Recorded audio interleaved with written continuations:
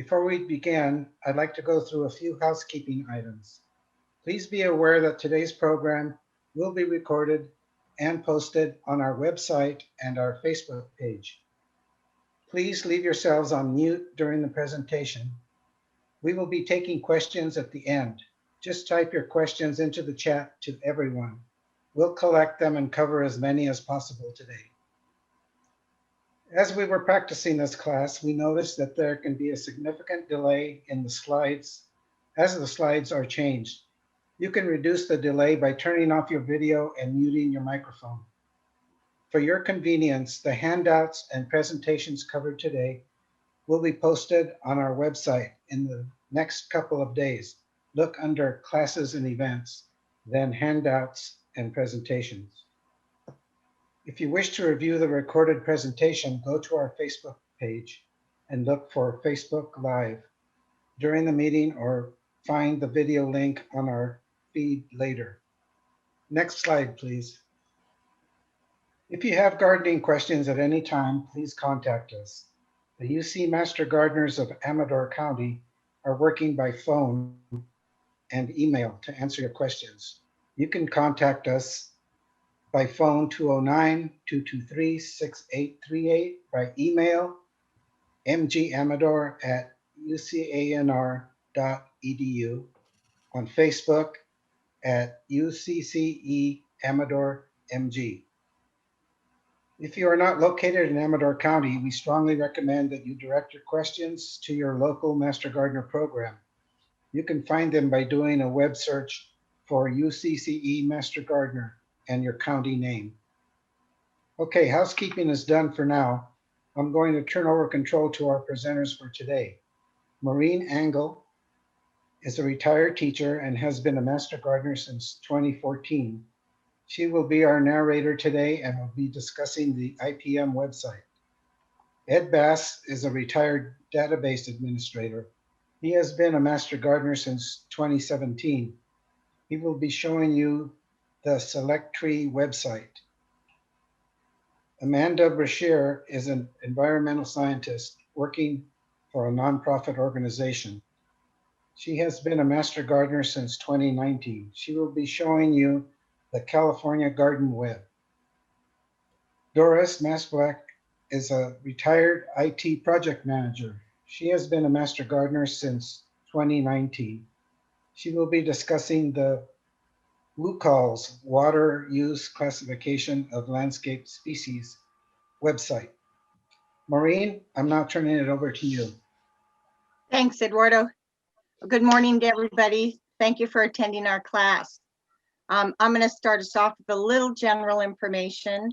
The primary purpose of the UCCE Master Gardener program is to pass on research-based information on home gardening to the public. And one of the ways we do that is by answering questions that are submitted by the public, by local gardeners. But we're going to do that a little bit differently today. When people ask us questions, sometimes we can respond on the spot, but other times we have to go and do some research to answer the question that they're asking us. So much of our training is related to where and how to look up the information about home gardening. So we have a great book library back in our office. We haven't been allowed to visit the office in a year, so we've been relying on our digital resources, and we thought we'd pass on some of that information to you today. So we're going to, Ed gave the introduction, there will be 4 of us. We're going to start off with Ed. Again, some of us are having some reception problems, so there maybe, I'm one of them, maybe a little bit of lag in our presentation. Let's see, Ed, I think we're ready for you. You want to start us off with Yes. Select? So the first question we wanted to address was, how do I know that I'm getting research-based information on California gardening?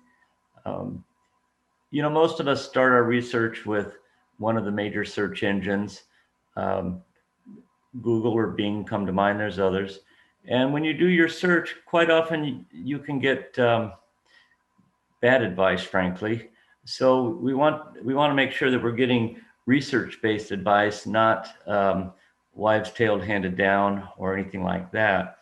So what we suggest is you add the parameter site:/UCANR.edu to your search. Can I have the next slide, please? What you see, here's two searches, one with and one without. And when I use the site ucanr.edu, it only returns websites which are part of the UC Agriculture and Natural Resources sites. Now, the one where I didn't use it, you might get different places. Like that little guy in the middle is from Australia, and I enjoy watching his videos, but let's face it, he's giving advice that works in Australia, and you might wonder if it works where you are. So that's the thing to watch out for. And also, if you were doing a search like, how do I kill some kind of plant, or how do I get rid of some kind of insect? Quite often, without that UCANR parameter, you're going to get back poisons. There's a lot of companies that just all they want to do is sell you poison. That's how they make their money. So you do a search, how do I get rid of X, whatever, you're going to get back those. But if you put the UCANR EDU, you'll get the results from integrated pest management that Maureen's going to talk about later. And maybe the idea is you don't first reach for the poison. There's other things you can do that are simpler.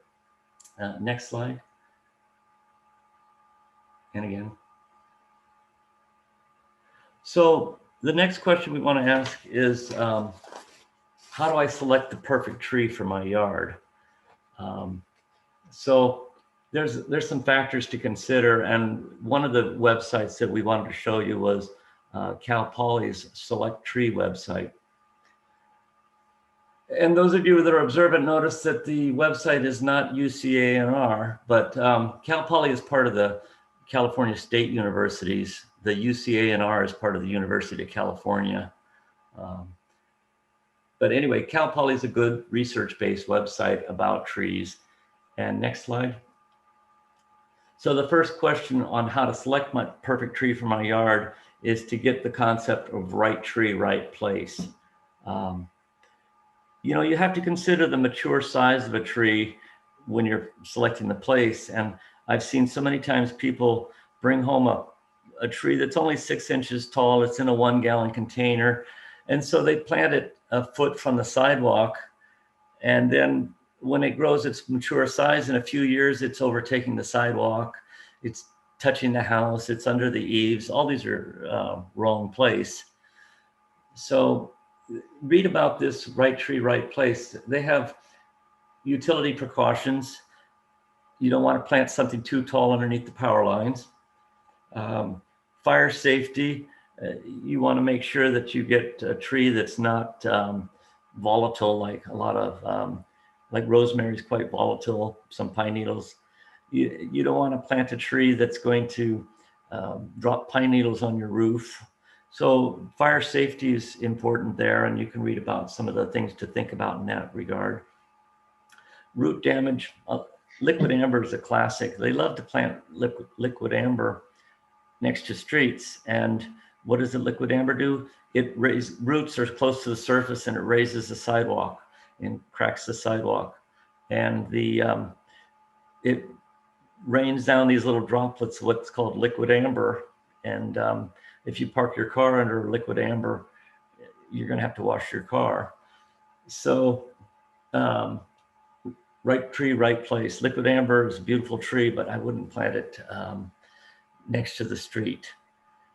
So then there's other topics there, and I don't need to discuss all of them. I just want you to know about this website, and you can read about those topics and help you pick the right kind of tree. Now, next slide.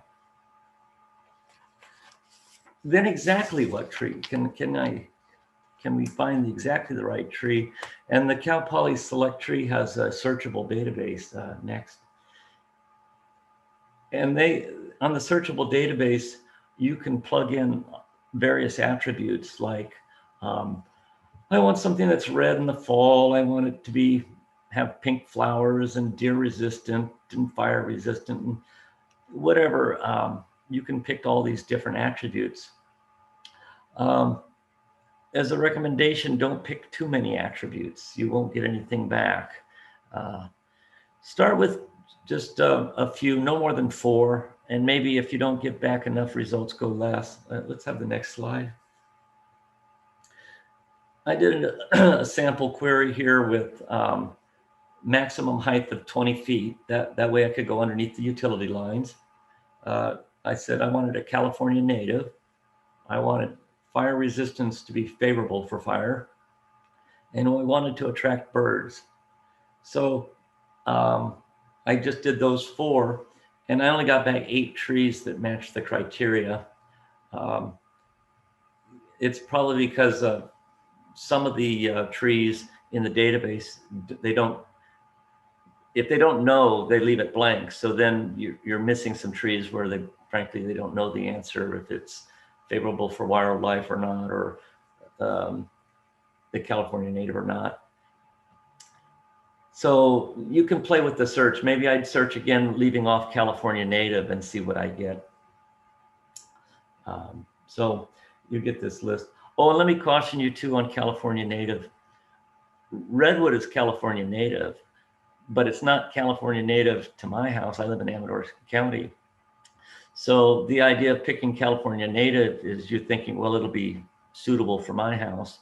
So just be cautious there, because California is a big state and a lot of variability. So the next slide.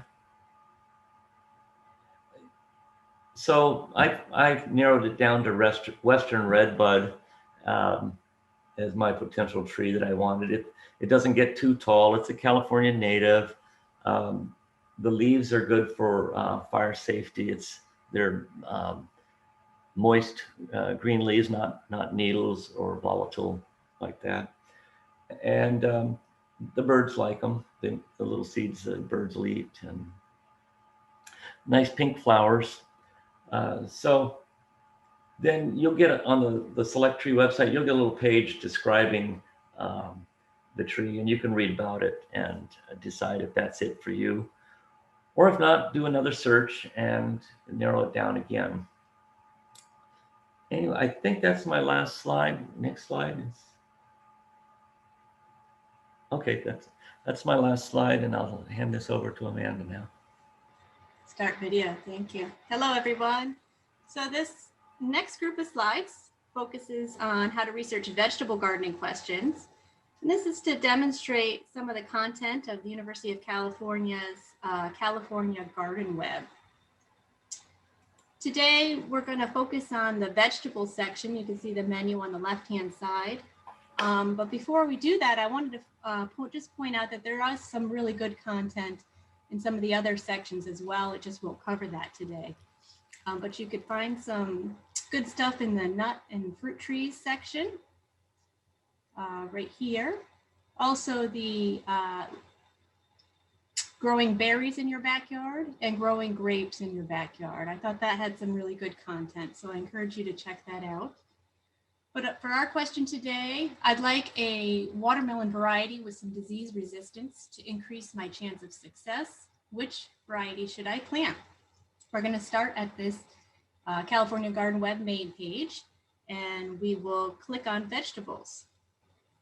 When we do that, it brings up the vegetables page, which has a lot of frequently asked questions up there on the top. But to answer our question, we're going to go to the How Do I Grow section near the bottom and select on melons, watermelon.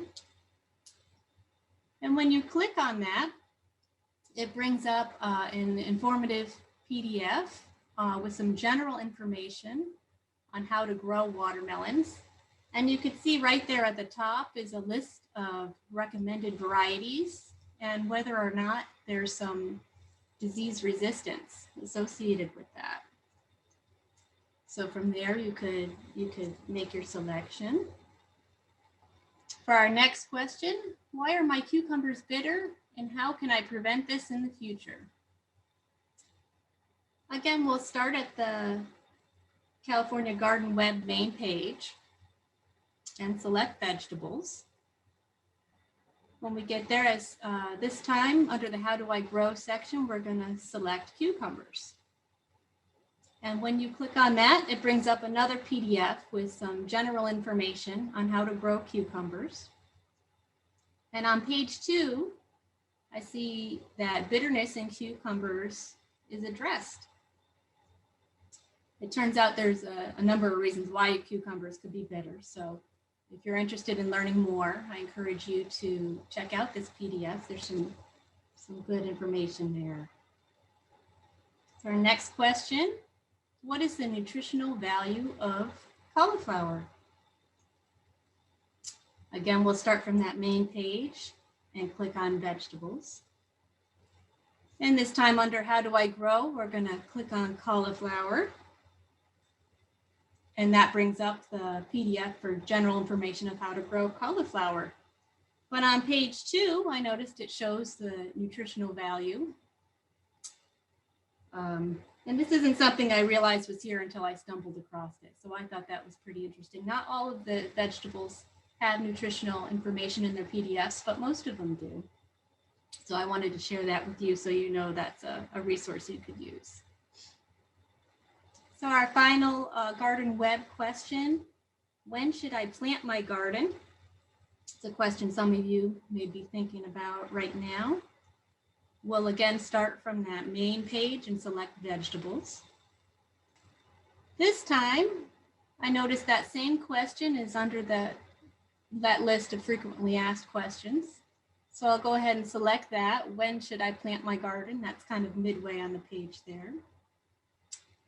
And when you click that link, it brings up some general information about when you could time your planting of your garden with some links on there to get you started. Now, as Ed mentioned, California is a big place, and it is going to depend on where you live in California. So for those of you in Amador County or close by, we wanted to make sure you knew about a more specific resource that could help you. And this is our Amador County Planting Guide. This could be found on our Master Gardener, Amador County Master Gardener's website. And this was created by one of our Master Gardeners. And has some good area-specific information for you. There's a warm weather vegetable chart, and then there's also a cool weather vegetable chart as well. That's found at that site that's listed there on the screen. And that concludes my section. Next up is Doris. So here I am. Good morning, everybody. So my site is going to be the WCCC's Water Use Classification of Landscape Species site.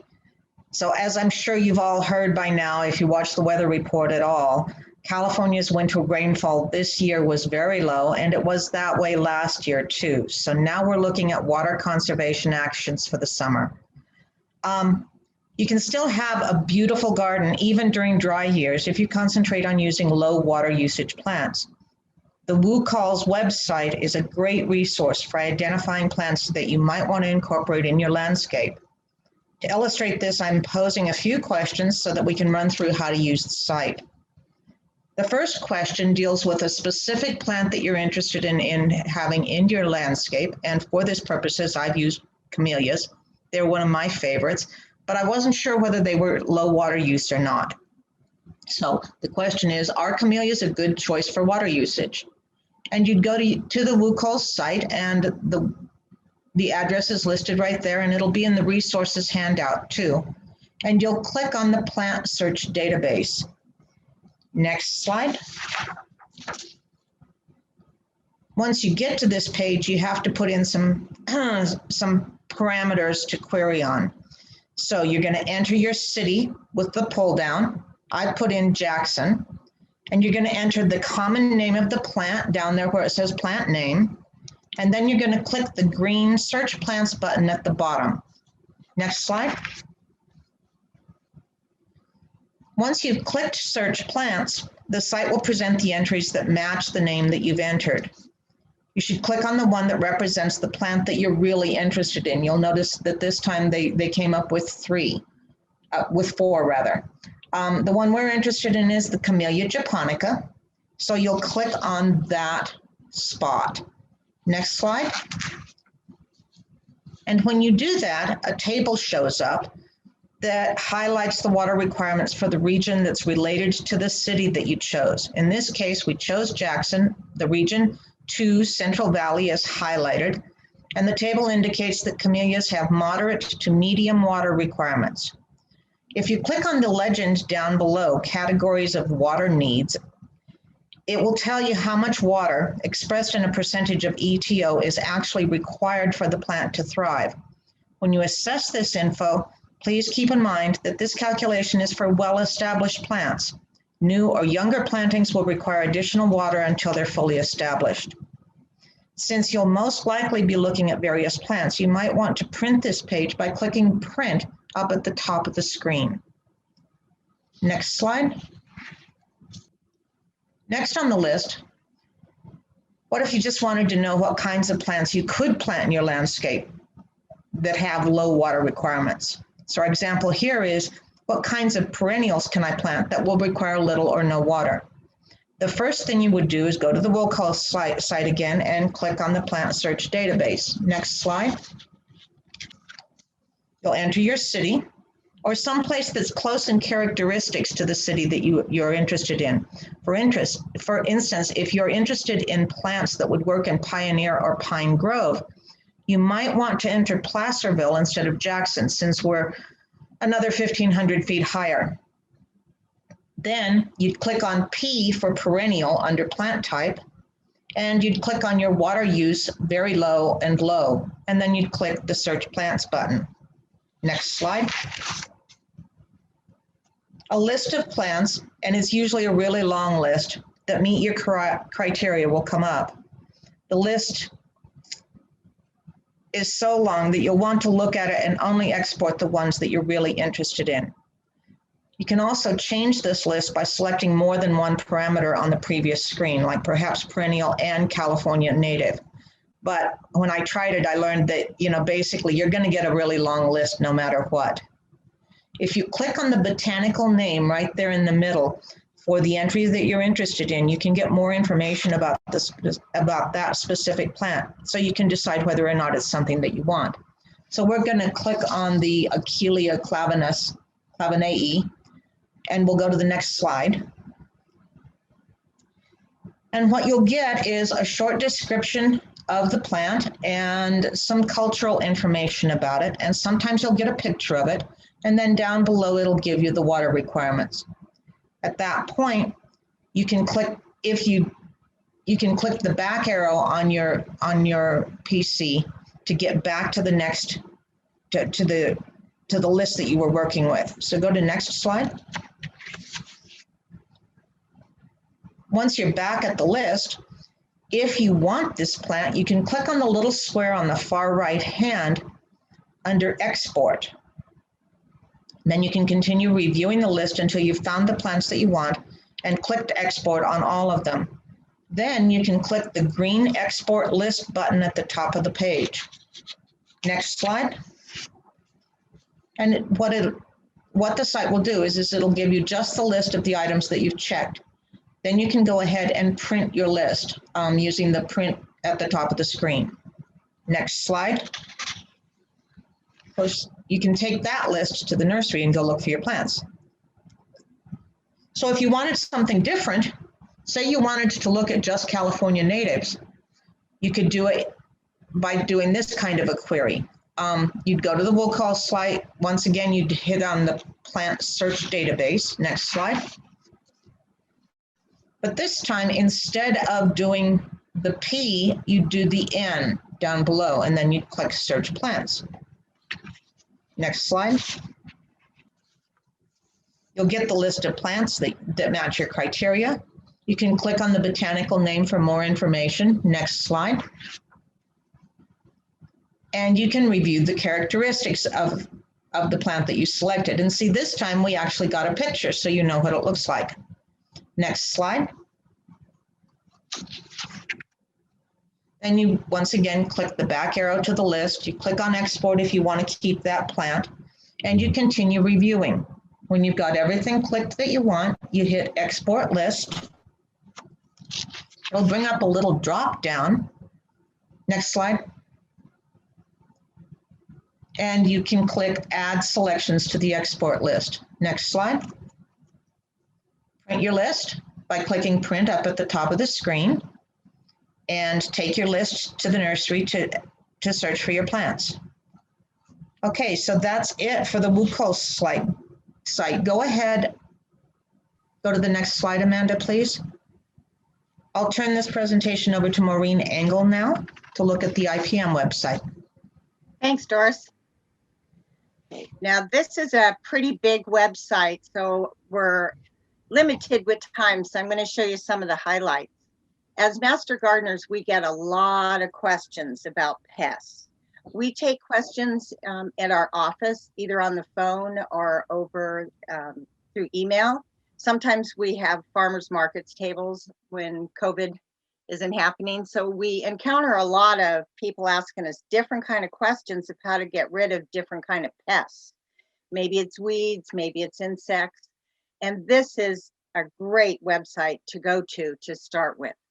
I'd like to start with what is integrated pest management. Sounds fancy, but it's actually the system of methods you use to get rid of the pests on your property. Next, please. And I have a little bit of a lag, so I'm sorry I'm waiting. Okay, if you clicked on what is IPM, you would get information that explains the different methods that fall under in that category.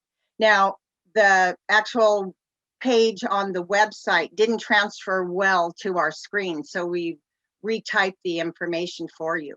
IPM, Integrated Pest Management, combines environmentally sound methods to prevent or manage pest problems over the long term, but it also is meant to protect people and the environment and beneficial organisms. So it's ecosystem oriented. Next, please. You can tell Amanda's running the PowerPoint for us due to some internet difficulties. Okay, some examples of IPM practices would be preventing the pests to begin with. Maybe you would caulk some holes that you found around your faucets or some places that ants could enter your house. Physical, mechanical methods also are used. Rather than, as Ed said, going straight to the poisons, you might find out that you could spray something with water instead of using a store-bought poison. Cultural practices, I have a picture of a plant. Ed mentioned right plant, right place. It's important to choose resistant plants. Figure out what you want to plant and if it's the right place to be planting it. If you plant shade plants in the bright sun, it's just not going to work out. Some plants are made, they've been bred to resist some of the pests, so look into that. Biological control. On the bottom left corner of the screen, I'll bet you didn't recognize the lady beetle. That's the juvenile stage, and you probably wouldn't realize it's one of the good guys. There's a lot of insects in our gardens that will eat the ones we don't want, and that's a good example. Familiarize yourself with some of those so that you're letting the right insects live in your garden and taking care of the pests, not the good guys. Now, I put an example of some liquid ant bait on the corner on the right. Use chemical control if you need to, but go for the lowest toxicity. And this is an example of an easy way to take care of ants. Next, please. Okay, now the set of questions I came up with are ones we get on a regular basis. What is this weed? It's hard to know, especially if you just moved here or as the weather changes, not all the same weeds come up each year. So you need to know what you're dealing with before you can get rid of it. So I would click on the Identify and Manage Pests, and that'll give you a pull down screen. You want to choose Weed Gallery. Next, please. Okay, now the Weed Photo Gallery has a lot of information on it, but plant parts have names and descriptions. And if you're trying to identify something, you need to understand the terminology and maybe see some examples of what they're talking about. So the weed photo gallery has a great tutorial in it. It's very useful. Next, please. If you click on the tutorial, it's going to take you to a page that I chose broadleaf plants to investigate for our program today. So it would give you a description of what a broadleaf plant looks like, and all of the items in blue under more about broadleaves are all clickable. And they'll give you examples of the characteristics that they use to describe the plants. It's very helpful if you're not familiar with the different type of plants in the area. Next, please. Now you're ready to try to identify it when you have some of the information about the plant parts. So you would click on identification. Again, I'm going to go with broadleaves. You could go with grasses or sedges, and there are pictures to help guide you. But we're going to look at identifying broadleaf plants.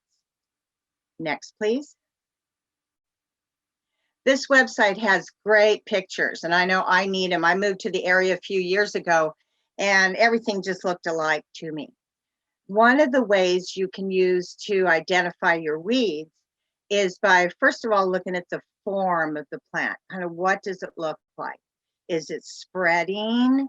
Does it form kind of a little rosette pattern? Is it tall? Do the leaves have a certain whorl to them? What we're going to look at for today are plants that form rosettes. I have a lot of those happening outside right now. So I would click on the picture, plants that form rosettes, and then I'd go to the next page. Next, please. You can also use the leaf characteristics, by the way, on this page. Don't go back, Amanda. But on the previous page, it might be more helpful for you to look at the shapes and the descriptions of the leaves to help you identify. I'm going for what the weed looks like when it first comes out of the ground. And the ones I'm looking for form a rosette pattern. So I look through the examples, and as Doris mentioned on the WUCO site, you get a lot of examples. There's a lot of weeds in Amador, so you get a lot of examples here too. I look through the pictures, and sure enough, I find something that looks very similar to what I'm trying to identify. And in this case, it's called a broadleaf plantain. So I would go ahead and click on that picture to see. Next, please. Now, once I click on one of those pictures, I get a great document that tells me all about that plant. The broadleaf plantain is common here, very common. It'll give you information on its habitat. What I like about it is it shows pictures of different stages of the plant too. In case I didn't catch it as a seedling, I can look it over still and pretty much hopefully identify it. Gives you a picture of the seeds. I'm not showing the whole document, but towards the end of the document, it will also give you information on how to manage it, how to get rid of it, or how to maintain it. Next, please. Now, there's a different way to find information about your weeds also. Maybe you talked to a friend and they suggested a couple names of weeds that it might be what is bothering you on your property. And if you just have the name, you can start with the weed photo gallery again. And we're looking at broadleaf. Under broadleaf, there is a broadleaf list. You can click on that and it'll take you to the page that I put on the right. There's a good long list of broadleaf weeds in this area. And you can click on just the name, and that will take you to the document describing the plant. So you will find on the IPM website, there are often several avenues to get to your goal. Try them, some are short, some are a little bit longer. Next, please. Now, the next question I chose is one about insect pests, and I went for aphids since looking around some of the plants in my yard right now, I've got an aphid problem. So I've been working on that. Now, I would again start by clicking on the Home, Garden, Turf, and Landscape Pest section. Next, please. This is a very, very large section. There's a lot of good information. So I'm going to take us on a little bit of a shortcut, but I did want to mention, I forgot on one of the other slides, I circled invertebrate pests down towards the bottom. That is actually a pathway into aphids, but it's a little bit longer. So I wanted to mention that to you because depending on what information you wanted, that might be more appropriate for you. But I'm going to show you what we call the Quick Links Library. Master gardeners have put out a huge number of documents that give you just the basic facts about the different pests, describe them, and what to do about them. And that's what I'd like to show you. So looking for what to do about my aphids, I would go into the Pest Notes Library. Click, please, Amanda. And I'm going to look up aphids. Okay, sure enough, there is a document. These are all PDFs. You can print them, save them. Also, I wanted to mention up by the top, I circled weeds, and also plant diseases and other things are on that list. But I wanted to show you that in the Pest Note Library, you might have started looking for one thing. You can also kind of veer off into another subject. I could get into the weed information by following that link also. But right now we're after aphids. So I would click on aphids under the View Online. Next, please. And these documents are dated too, so you can kind of see when they were put out and they're updated on a regular basis. Now, under how to manage the pests, there's huge documents to tell you everything you ever wanted to know about these insects. Another thing, they're downloadable and many of them are also in Spanish. So I see that as a big plus. You'll get your identification information on these documents, also information about the life cycles, because just like with the lady beetles, not so much with aphids, but with a lot of pests, you might not recognize the stage that you're seeing in your garden. So it helps to know a little bit about their life cycle. Next, please, Amanda. Within that document, there are usually pictures, which I find very helpful. Now, most aphids look kind of similar, but they're not all exactly the same. And it's a lot easier for me to identify some of these insects if I have a picture to refer to. So there is a number of pictures showing you the different types of aphids and where the plants that they usually infect. Next, please. And this is all on the same document. Some of these documents are one screen, others are multiple screens. What you're after is the management. What do I do about these little guys? So there's good information. They'll follow the IPM methods. So monitoring, figuring out what you have, and then working on control. Now, biological control ends up being a big one with aphids. So you want to start with IPM ideas, you want to start with the least toxic and work your way through the different methods. Next, please. Okay, there's another way to get information on a lot of these topics. Now, the section down the middle, pests of home structures, people and pets, and then pests in garden and landscapes, those are pretty beefy links. There's a lot of information there. That may be what you want, but I'm going to show you another shortcut. Under the quick links, some of these subjects are in the quick tips library. So I'd like to show you a page on there real quick. Next, please. UCCE puts these out for us, and I'm blocked. Some of my screen is blocked, but the aphids quick tips was rewritten in 2019, and I can't see all the dates with the way my screen's set up, but a number of these documents have been updated in recent years. So if we clicked on aphids, next screen, please. I have some, and a lot of these quick tips are also in Spanish, and that's noted at the top of the page, that you can download the PDF as well as the Spanish version of it. The quick tips are usually a one-page document giving some ID and some ideas of what to do about the pest. Yeah, these are updated on a more recent schedule, so you might find more up-to-date or the latest scientific information on some of these quick tips. They have lots of good information. Again, you can download them, take them away with you. Next, please. So sometimes we get questions about weeds, sometimes we get questions about pests, but a lot of times we'll get questions about plant diseases. In fact, we have one right now we're working on with something on somebody's plum tree. I chose, why are the leaves on my peach tree curled? I know that's happened to me. And so I would start, this is where I started, home, garden, turf, and landscape pests. We want to click on that. And then we'll go to the next slide. So we kind of come back to that front page of UCIPM for a lot of these to start. Now, in this case, I do want a little bit more detailed information. So I'm going to go to the center there under pests and gardens and landscapes, and I'm going to look at the categories, and sure enough, fruit trees, nuts, berries, and grapevines. So I'm going to click on the fruit tree list. And next, please. Okay, peaches are related to nectarines. So in this case, they're in the same category. So I click on nectarines and peaches. Next, please.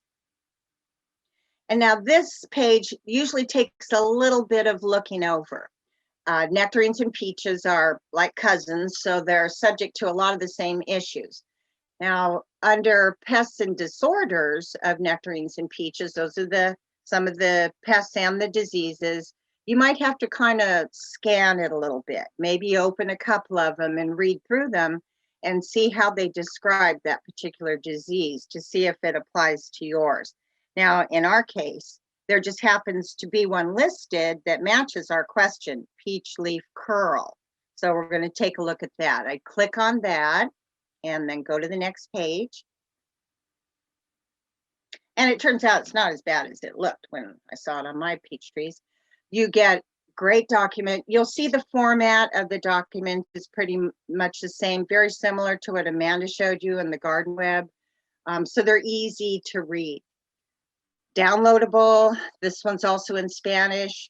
It'll give you great information about the diseases. It even includes the life cycle because things change in the garden. But management is probably what you're after if you're trying to get rid of it. So I would click on identification, management, whatever subject I was looking for. And next page, please. Some of these documents are kind of long, depends on the disease.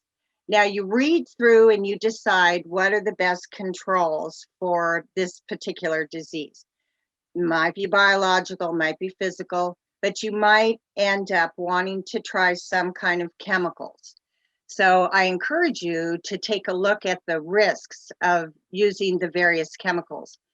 If in the pest note it mentioned using any kind of chemical, at the bottom of the page there'll be a little kind of gold box, active ingredients, compare the risks, and that has some information you might want to consider before you head to the chemical solution. Next, you would click on that box and then get to the next page, please. And this next page is kind of hidden. If you didn't know to click on that gold box, you might just ignore it. But whatever chemical is listed on the pest notes or the quick tips, you will find a little analysis of it on these pages. This one is related to the peach leaf curl, and it talks about the 4 different kind of chemical items that were mentioned in the article.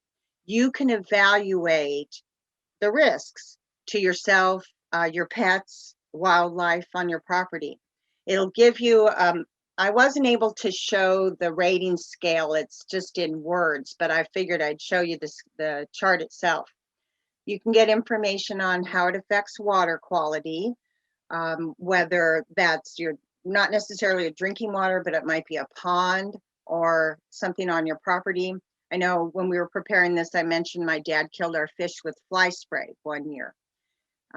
Can't use poisons like that around fish. Natural enemies. Something we haven't talked about in this presentation is there's a lot of insects in your garden that are helping you. and you don't want to kill them by accident. Honeybees are an issue. One of the items that is listed under peach leaf curl, it depends what time of the day you use it as to whether it affects the honeybees. So you need to know that. Also, you want to protect your pets and yourself. And so it gives you a color-coded scale. So you can make decisions of whether the chemical you were considering is really worth the risk or whether you should stick to the less toxic ways to go with dealing with your problems. And I think that is IPM. I could go on for 3 hours about the IPM website, but we limited ourselves. And I think that's my last slide. Amanda, do we have the resources up next? Yes. Okay, the four of us used these 5 resources to put this presentation together, but there are actually a number of other digital resources that we use on a regular basis. So we put that on a hard copy and that'll be uploaded onto the website. So all of the resources that we mentioned, we know we went through, we did a lot of clicking today. We went through a lot of websites and we want to make sure you can get back to them. So one set of resources here, it's duplicated and additional ones are listed on the hard copy.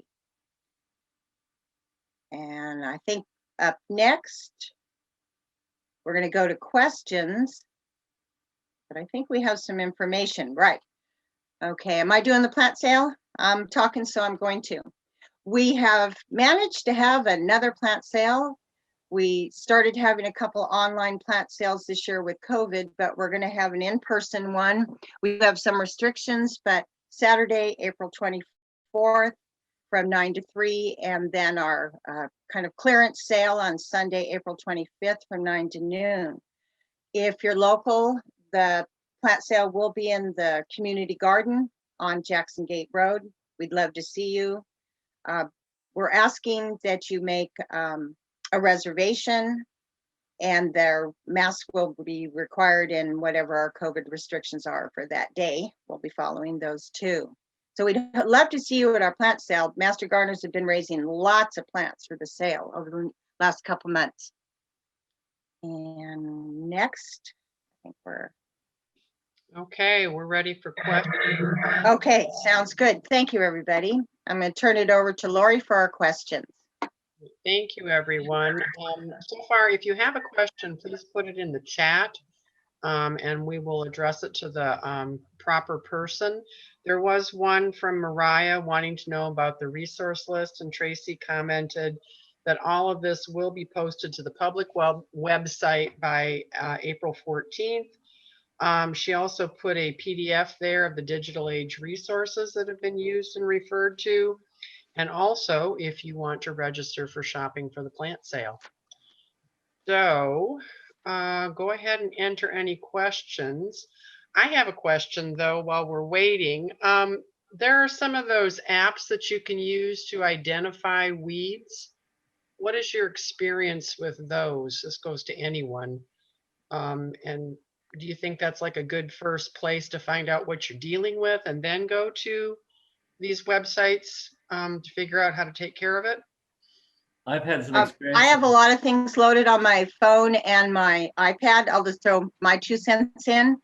And a lot of it kind of goes back to Ed's program. You have to describe it really well sometimes. And sometimes it's a little, depending on how they work, sometimes it's a little challenging to get a good picture. Some of the plants, you have to put them behind a white background. That's kind of hard to do when you're out in the garden. So I say yes, I have them downloaded on mine, but they're not the whole ball of wax. I still end up going and looking in a book usually. You know, but I like them. The plantain that Maureen showed us in her slides, the Plantago major. And I took a photo of that and I used Google Lens, and Google Lens said that it was spinach. So if I'd relied on that, I would have eaten it. I don't know if that's a good thing to eat or not. So use with caution. And it did show me a good results on a lot of plants, but I knew they were, thing is I knew it. So I knew what the plant was and I knew when it was telling me the right answer. But then I also knew when it was telling me the wrong answer. So You know, use it with caution. Don't eat anything you're not sure it really is what it Yes. is. Yeah, the one I use always comes with a pop-up, don't eat anything. It's like, no. Mhm. Just don't rely on them as your Yeah. source of information. Exactly. And then Tracy also posted a link, local weed natives, grasses and forages, another website in the chat. So any questions? This may be a very knowledgeable group. We weren't sure who was going to attend this presentation.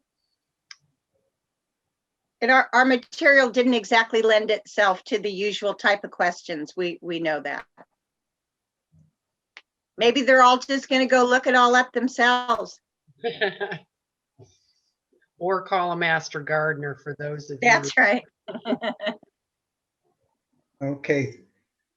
If there's no more questions, thank you so much for attending our presentation about making the most of your gardening space today. Remember, this presentation will be posted on our website early next week if you should want to review it. Happy gardening.